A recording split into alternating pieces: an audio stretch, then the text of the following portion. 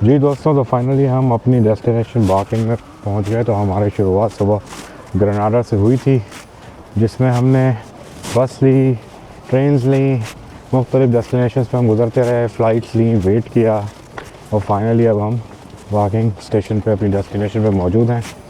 और बड़ी roller coaster ride रही। आपने भी हमारे साथ सफ़र किया और आपने भी एक्सपीरियंस किया, तो उम्मीद है कि आपको अच्छा लगा होगा और आपने भी काफ़ी लर्निंग सीखी होंगी। इस पूरे ट्रिप के अंदर कुछ छोटी मोटी गलतियाँ भी मुझसे हुई हैं, कुछ बड़ी गलतियाँ भी हुई हैं, वो भी मैं आपसे आइंदा शेयर करूँगा अगले आने वाली वीडियोज़ में। तो जब तक के लिए इजाज़त दीजिए, लाइक सब्सक्राइब शेयर करना मत भूलिए और दुआओं में याद रखिए।